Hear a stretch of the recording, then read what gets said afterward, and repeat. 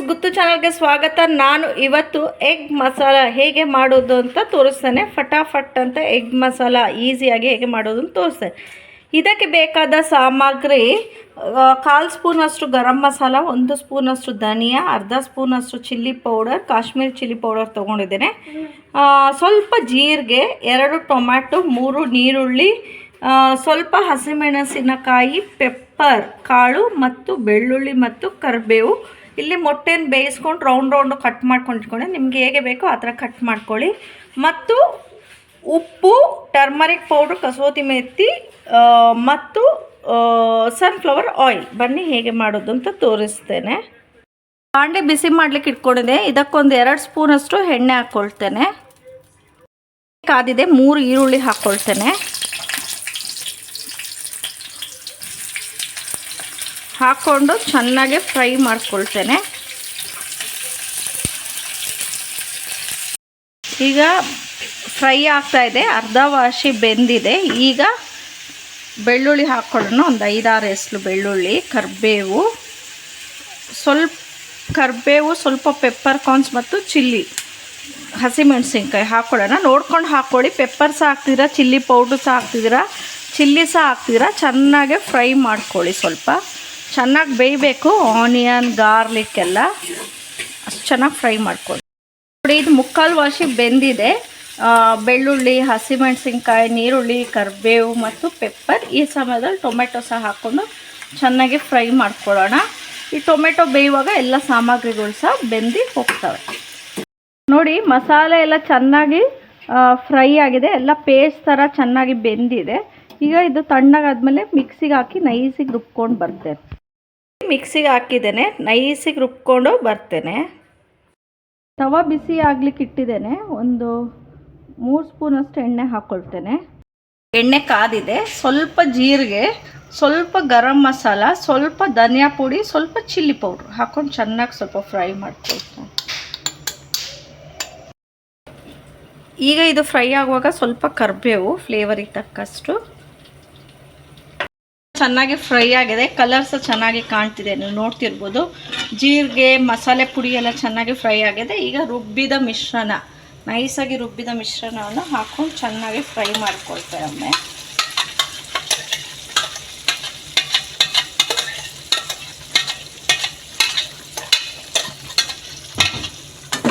ಚೆನ್ನಾಗಿ ಸ್ಲೋಲಿ ಇಟ್ಕೊಂಡು ಫ್ರೈ ಮಾಡ್ಕೊಳ್ಳಿ, ಹಸಿ ವಾಸನೆ ಹೋಗೋವರೆಗೂ.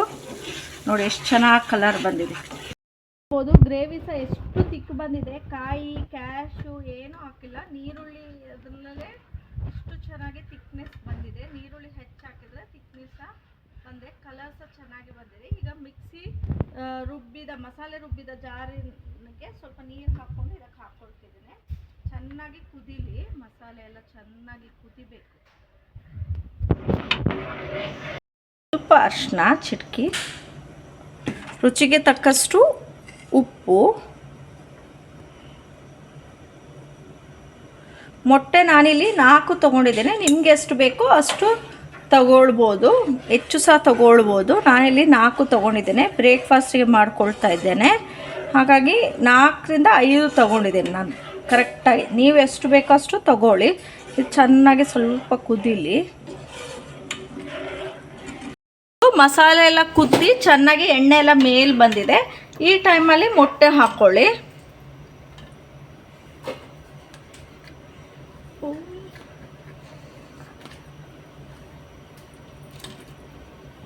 ಚಿಕ್ಕ ಪೀಸಾಗಿ ಮೊಟ್ಟೆ ಹಾಕ್ಕೊಂಡ್ರೆ ಮಸಾಲೆ, ಉಪ್ಪು, ಖಾರ ಎಲ್ಲ ಚೆನ್ನಾಗಿ ಹಿಡಿತದೆ. ಹಾಗಾಗಿ ಇಷ್ಟಿಷ್ಟೇ ರಿಂಗ್ ಥರ ರೌಂಡ್ ಕಟ್ ಮಾಡ್ಕೊಂಡು ಹಾಕ್ಕೊಂಡೆ.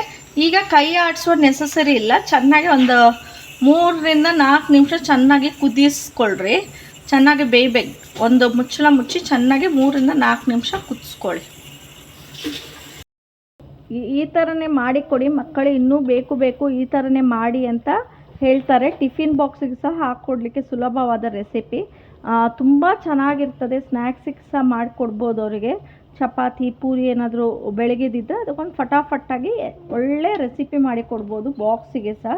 ರಸಮನ್ನ ಜೊತೆ, ಗಂಜಿ ಜೊತೆ, ಕುಸ್ಲಕ್ಕಿ ಗಂಜಿ ಜೊತೆ ಸಹ ಸೂಪರ್ ಕಾಂಬಿನೇಷನ್. ಈ ರೆಸಿಪಿ ಈಸಿಗೆ ಫಟಾಫಟ್ ಅಂತ ಮೊಟ್ಟೆ ರೆಸಿಪಿ ಮಾಡ್ಕೊಳ್ಬೋದು ಮನೇಲಿ. ಬ್ಯಾಚುಲರ್ಸಿಗೆ ಸಹ ಟ್ರೈ ಮಾಡ್ಬೋದು, ತುಂಬ ಈಸಿ.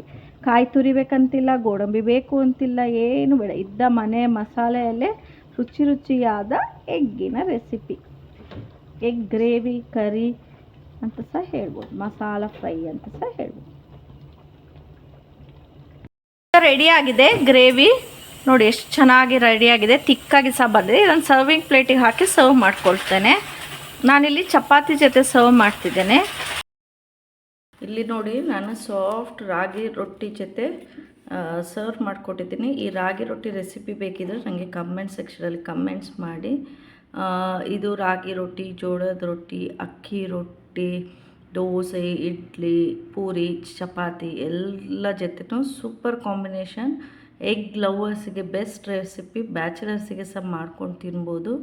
ಖಂಡಿತ ಈ ರೆಸಿಪಿ ಇಷ್ಟ ಆಗಿರ್ತದೆ ಅಂತ ನೆನೆಸ್ಕೊಡ್ತೇನೆ. ಈಸಿಯಾದ ರೆಸಿಪಿ, ಫಟಾಫಟ್ ಅಂತ ಮಾಡಿ.